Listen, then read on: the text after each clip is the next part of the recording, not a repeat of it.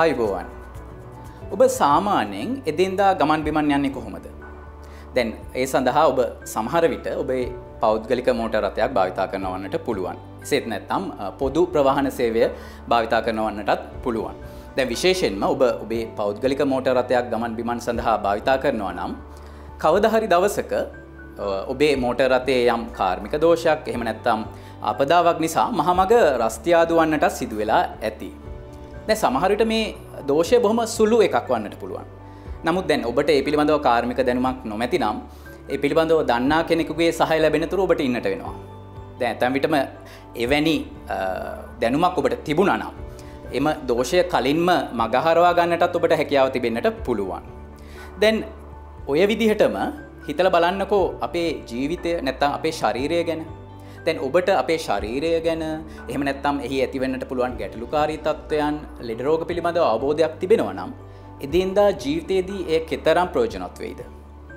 දැන් එවැනි දැනුමක් ඔබට තිබෙනවා නම් ලෙඩ රෝග ඇති වුණාට පස්සේ පමණක් නොවේ. දැන් ඇතැම් සමහර බරපතල රෝග තත්ත්වයන් ඇතිවන්නට ප්‍රථම එය වළක්වා ගන්නටත් එය ප්‍රයෝජනවත් වෙයි. ඉතින් මෙහි තියෙන වටිනාකම ඔබ දන්න නිසාම තමයි මේ ආකාරයට ITN මෙඩිකල් ක්ලිනික් සමග හැමදාම රැඳී සිටින්නේ. ඉතින් ඔබේ බලාපොරොත්තුවට උපරිම සාධාරණයක් කරන්නටත් අප හැමතිස්සෙම උත්සාහ දරනවා. ඉතින් ඒ අනුව අද දවසෙත් අපි සූදානම් වෙලා සිටිනවා ඔබට ඉතා වැදගත් වන සාමාන්‍යයෙන් අප අතර බහුලව දක්න ලැබෙන රෝග තත්ත්වයක් පිළිබඳව කතා බහ කරන්නට. ගලගණ්ඩය එහෙම නැත්නම් වායු ගෙඩි ලෙස ඔබ හඳුන්වන තත්ත්වය පිළිබඳව තමයි අප අද කතා කිරීමට සූදානම් වන්නේ. අපි මේ වෛද්‍ය විද්‍යාවේදී හඳුන්වන්නේ ගොයිට කියලා. ඉතින් මේ පිළිබඳව ඔබ දැනුවත් කිරීමට අපත් සමග අද සම්බන්ධ වෙනවා මහාචාර්ය භවන්ත ගමගේ එතුමන් දකුණු කොළඹ ශික්ෂණ රෝහලේ විශේෂඥ ශල්‍ය වෛද්‍යවරයෙකු ලෙස තමයි සේවය කරන්නේ. වෛද්‍යතුමනි බොහොම ආදරෙන් ඔබතුමාව පිළිගනු ලබනවා ITN මෙඩිකල් ක්ලිනික් වෙත. මම හිතන්නේ තරමක කාලයකට පසු ඔබ අපත් සමග මේ සම්බන්ධ වන්නේ. ඔව්. දැන් සාමාන්‍ය වෛද්‍යතුමනි මේ ගලගණ්ඩේ රෝගයක් අපි ගෙල ප්‍රදේශයේ විශාල වීමක් ලෙස නිරීක්ෂණය කළත් ඇත්තටම මෙහිදී බලපෑමට යටත් වන්නේ මේ තයිරොයිඩ් ග්‍රන්ථිය. මම හිතන්නේ අපි එතනින්ම අපේ කතා බහ ආරම්භ කරමු. ඔව්. ආයිබෝන් ඔබ සැමට. ඔව් තයිරොයිඩ් ග්‍රන්ථිය කියන්නේ මේ අපේ ශරීරයේ අපි කවුරුත් දන්නවා මේ අන්තරාසර්ග පද්ධතිය කියලා එකක් තියෙනවා. ඒ අන්තරාසර්ග පද්ධතිය නැත්නම් හෝමෝන් පද්ධතියේ ප්‍රධාන අවයවයක් තමයි ප්‍රධාන ග්‍රන්ථියක් තමයි මේ තයිරොයිඩ් ග්‍රන්ථිය කියලා කියන්නේ. ඒක පිහිටලා තියෙන්නේ අපේ මේ ගෙල ප්‍රදේශයේ ඉදිරිපසට වන්නට. ඉතින් මේ සමනලයකගේ හැඩයෙන් යුත් මේ ග්‍රන්ථියෙන් නිපදවනවා මේ තයිරොක්සින් කියන හෝමෝනය. ඉතින් තයිරොක්සින් කියන හෝමෝනය අපේ ශරීරයේ පරිවෘත්තීය ක්‍රියාවලියන්ට එහෙම නැත්නම් මේ ශරීරයේ එදිනෙදා වැඩ කටයුතු කරගෙන යාම සඳහා අත්‍යවශ්‍ය වන හෝමෝනයක් වන මේ තයිරොක්සින් හෝමෝනය නිපදවනවා. එතකොට මේ තයිරොයිඩ් ග්‍රන්ථියේ ඇතිවන අසාමාන්‍යතා නිසා මේ හෝමෝනයේ අඩුවෙන් නිපදවන්නට පුළුවන්, අවශ්‍ය ප්‍රමාණයට වඩා වැඩියෙන් නිපදවන්නට පුළුවන්. එහෙමත් නැත්නම් තයිරොයිඩ් ග්‍රන්ථිය ඉදිමීමකට ලක් වෙන්නට පුළුවන්. ඉතින් ඔන්න ඔය අවස්ථා තුන ඇති වුවහොත් අවස්ථා තුනෙන් එකක් හෝ ඇති වුවොත් යම් පුද්ගලයෙකුට රෝග ලක්ෂණ පහළ වෙන්නට පුළුවන්. ඉතින් අපි ඉදිරියේදී සාකච්ඡා කරමු කොහොමද මේ රෝග ලක්ෂණ හඳුනාගන්නේ? ඒ සඳහා අවශ්‍ය ප්‍රතිකාර අවශ්‍යද? ප්‍රතිකාර අවශ්‍ය නම් කොයි විදිය ප්‍රතිකාරද කරන්නේ? ඒ සම්බන්ධව මම හිතන්නේ ඉදිරියේදී කතා කරමු. වෛද්‍යතුමනි ඔබ සඳහන් කරා දැන් මේ තයිරොයිඩ් ග්‍රන්ථිය කියන්නේ අපේ ශරීරයේ කාර්යභාරයන් රාශියක් සිදු කරන ග්‍රන්ථියක්.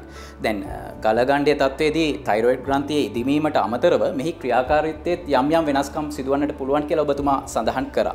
ඇතැම් විටක ක්‍රියාකාරීත්වය වැඩි වන්නට පුළුවන් නැත්නම් ක්‍රියාකාරීත්වය අඩු වන්නට පුළුවන්.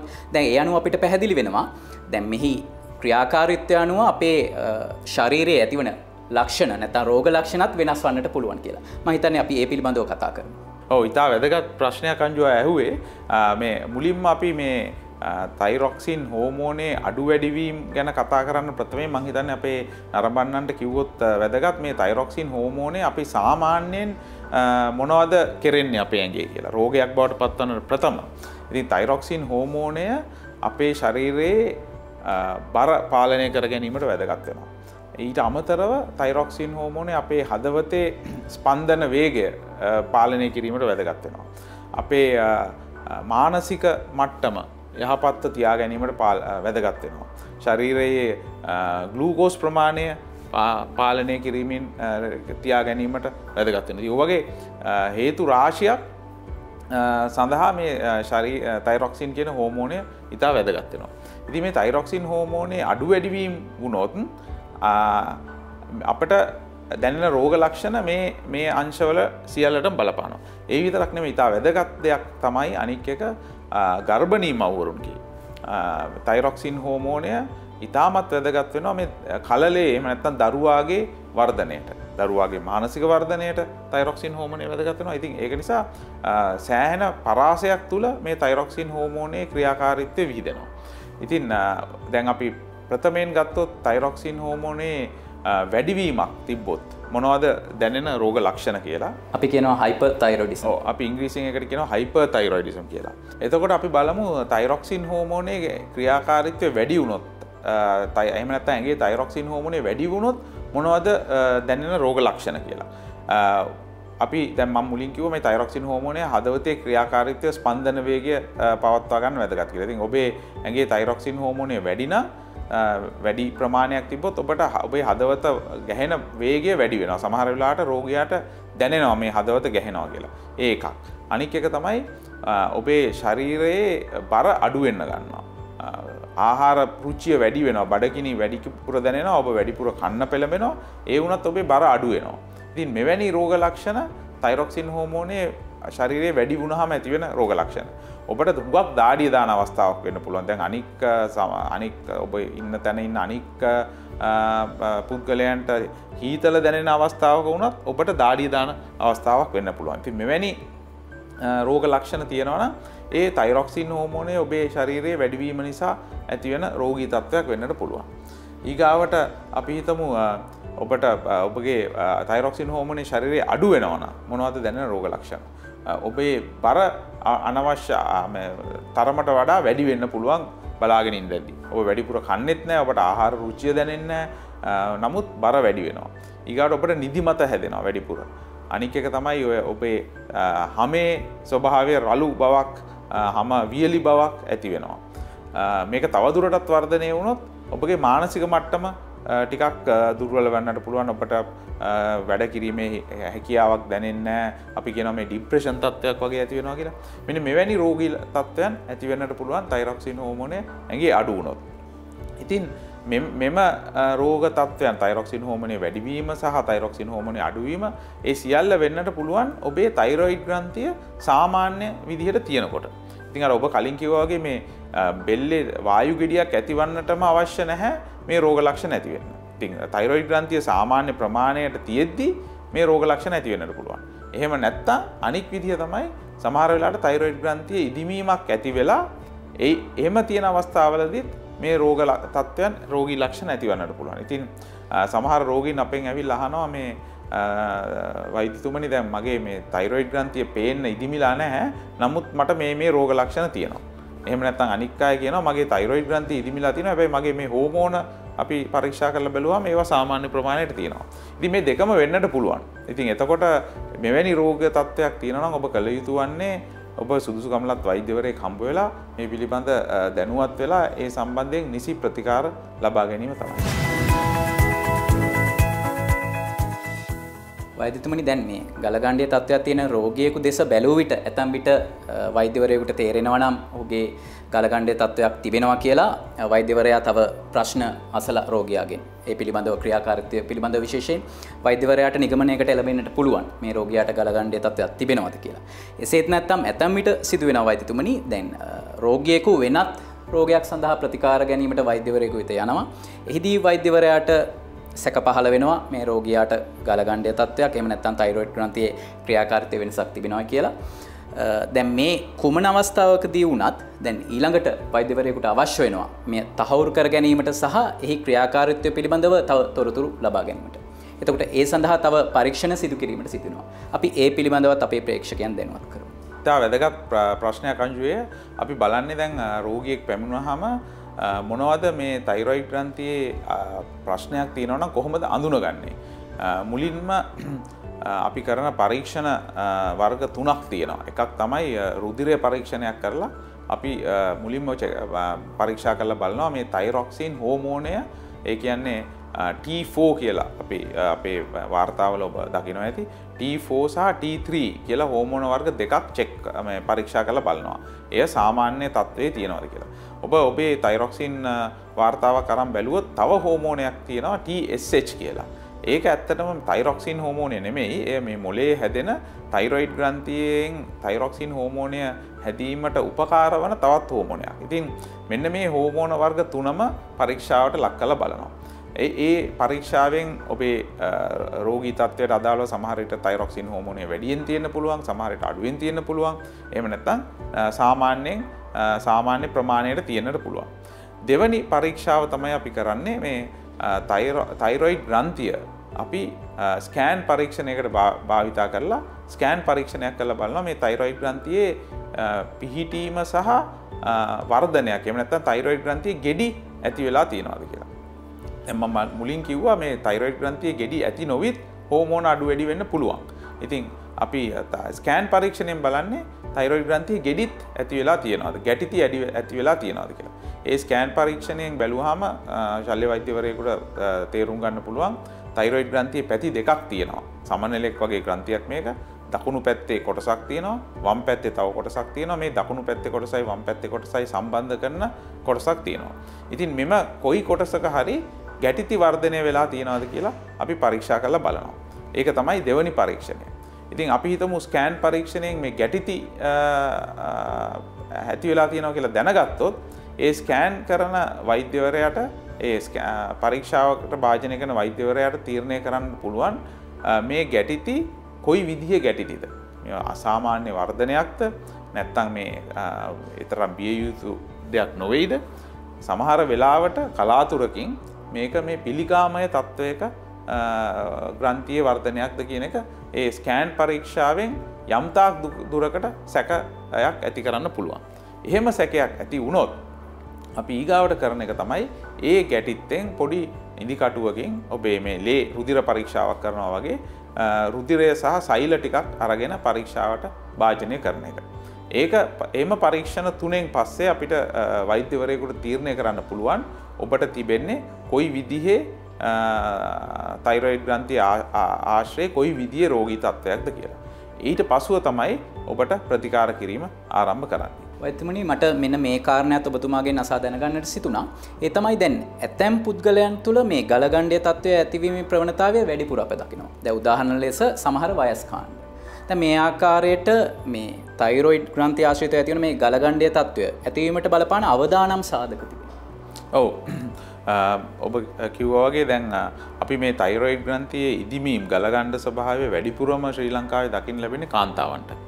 ඉතින් ඊට අමතරව පිරිමි පුද්ගලයන්ටත් ගලගණ්ඩය ඇතිවන්නට පුළුවන්. තයිරොයිඩ් ග්‍රන්ථියේ ඉදිමීම් ඇතිවන්නට පුළුවන්.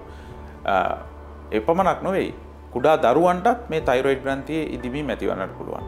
කුඩා දරුවන්ගේ මේ අපි මේ වෛද්‍ය විද්‍යාත්මකව බැලුවොත් මේ තයිරොයිඩ් ග්‍රන්ථිය අපේ කලල ස්වභාවයේ ඇතිවන්නට පටන් ගන්න මේ දිව ප්‍රදේශයේ.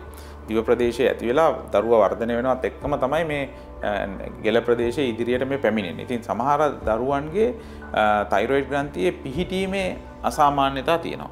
ඉතින් ඔවුන්ගේ තයිරොයිඩ් ග්‍රන්ථිය ඉදිමුණාම සමහර වෙලාවට සාමාන්‍යයෙන් ගලගණ්ඩේ තියෙන තැන නෙමෙයි මේ කට ඇතුලේ දිව ආශ්‍රිතව ගෙඩියක් හැටියට වෛද්‍යවරයෙකුට හඳුනා ගන්නට පුළුවන්. ඉතින් එම නිසා මෙවැනි වයස් කාණ්ඩයක් නැහැ. කුඩා දරුවන්ට ඇතිවන්නට පුළුවන්, වයස්ගත කාන්තාවන්ට ඇතිවන්නට පුළුවන්, තරුණීන්ට ඇතිවන්නට පුළුවන්, පිරිමි සහ කාන්තා කියන දෙපාර්ශ්වයටම ඇතිවන්න පුළුවන්. නමුත් බහුතරයක් ගත්තොත් තයිරොයිඩ් ග්‍රන්ථියේ ඉදිවීම ඇතිවන්නේ කාන්තාවන්ට.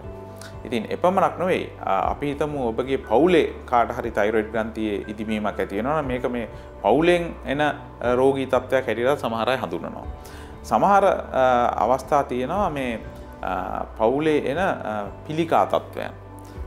එවැනි අයටත් තයිරොයිඩ් ග්‍රන්ථියේ පිළිකාවක් පවුලේ ඇති වෙලා තියෙනවා නම් එහෙම නැත්නම් මේ අන්තරාසර්ග පද්ධතිය හෝමෝන ආශ්‍රිත ග්‍රන්ථිවල පිළිකා තත්ත්වයන් ඇති වෙනවා නම් ඔවුන්ටත් අවදානම වැඩි මේ තයිරොයිඩ් ග්‍රන්ථියේ ඉදිමීමක් ඇතිවන්නට. වෛද්‍යතුමනි දැන් යම් පුද්ගලයෙකුට වෛද්‍යවරයෙකු විසින් පැවසූ විට ඔබට මේ ගලගණ්ඩයේ තත්ත්වයක් තිබෙනවා කියලා ඔහුගේ හෝ ඇයගේ ඔළුවට මුලින්ම එන අදහස තමයි මේකට මේ ශල්‍ය කර්මයක් කරන්න ඕනෙද කියන කාරණය. දැන් ගොඩක් වෙලාවට අපෙන් අහන්නේ අනේ ડોක්ටර් මේකට මේ ඔපරේෂන් එකක් කරන්න ඕනෙමද කියන දේ. නමුත් වෛද්‍යමුනි අප දන්නවා දැන් මේ ගලගණ්ඩේ තත්ත්වය නැත්නම් වායුගෙඩි කියන තත්ත්වය තිබූ පමණින් ඒට ප්‍රතිකාර කිරීම අවශ්‍ය වන්නේ නැහැ. ඒනුත් කොටසකට තමයි ප්‍රතිකාර වශයෙන් ශල්‍ය කර්මයක් සිදු කිරීමට අවශ්‍ය වන්නේ. මම හිතන්නේ ඔබතුමා මේ පිළිබඳව යම් පැහැදිලි කිරීමක් කරනවා නම් අපේ ප්‍රේක්ෂකයින්ට බොහොම ප්‍රයෝජනවත් වේවි. ඔව් ගලගණ්ඩේ තිබූ පමණින්ම තයිරොයිඩ් ග්‍රන්ථියේ ඉදිමීමක් තිබූ පමණින්ම ඔබට ශල්‍ය කර්මයක් අවශ්‍ය වන්නේ නැහැ. දැන් උදාහරණයකට අපි හිතමු ඔබේ ශරීරයේ තයිරොක්සින් හෝමෝනය වැඩියෙන් හැදෙනවා. ඒ වගේම තයිරොයිඩ් ග්‍රන්ථියත් ඉදිමිලා තිබෙනවා. එවැනි අවස්ථාවක මුලින්ම වෛද්‍යවරයෙක් කරන්නේ අර මං කිව්වා වගේ ස්කෑන් පරීක්ෂණයක් කරලා බලනවා මේ තයිරොයිඩ් ග්‍රන්ථිය එක හා සමානව පැති දෙකම ඉදිමිලා තියෙනවද නැත්නම් ගැටිති වශයෙන් ඉදිමිලා තිබෙනවද? එක හා සමානව තයිරොයිඩ් ග්‍රන්ථිය ඉදිමිලා ඔබේ ශරීරයේ තයිරොක්සින් හෝමෝනය වැඩි නම් එවැනි අවස්ථාවක අපි මුලින්ම කරන්නේ බෙහෙත් මාර්ගයෙන් මේ තයිරොක්සින් හෝමෝනය හැදෙන එක පාලනය කිරීමට අවශ්‍ය බෙහෙත් දෙන එක. ඊගාවට අපි හිතමු ඔබේ ශරීරයේ තයිරොක්සින් හෝමෝනය අඩුයි. තයිරොයිඩ් ග්‍රන්ථියත් එක හා සමානව ඉදිමිලා තියෙනවා. එවැනි අවස්ථාවකත් කරන්නේ ඔබට තයිරොක්සින් කියන හෝමෝනය පෙති මාර්ගයෙන් පිටතින් ලබා දීලා තයිරොක්සින් හෝමෝනය සාමාන්‍ය තත්ත්වයට ඔබේ ශරීරයේ සාමාන්‍ය තත්ත්වයට පවත්වාගෙන යනවා. එවිට ඔබේ රෝග ලක්ෂණ අඩු වෙනවා. එතකොට මෙවැනි රෝගීන්ට ශල්‍ය කර්මය අවශ්‍ය වන්නේම නැහැ. අපි හිතමු මේ තයිරොයිඩ් ග්‍රන්ථියේ ගැටිති තියෙනවා කියලා ඔබේ. ඒ ගැටිති තිබූ පමණින්ුත් ශල්‍ය කර්මය අවශ්‍ය වන්නේ නැහැ. සමහර ගැටිති තියෙනවා අපි මාස 6කින් ස්කෑන් කරලා ආයි බලනවා මේක ලොකු වෙනවද වර්ධනය වෙනවද කියලා.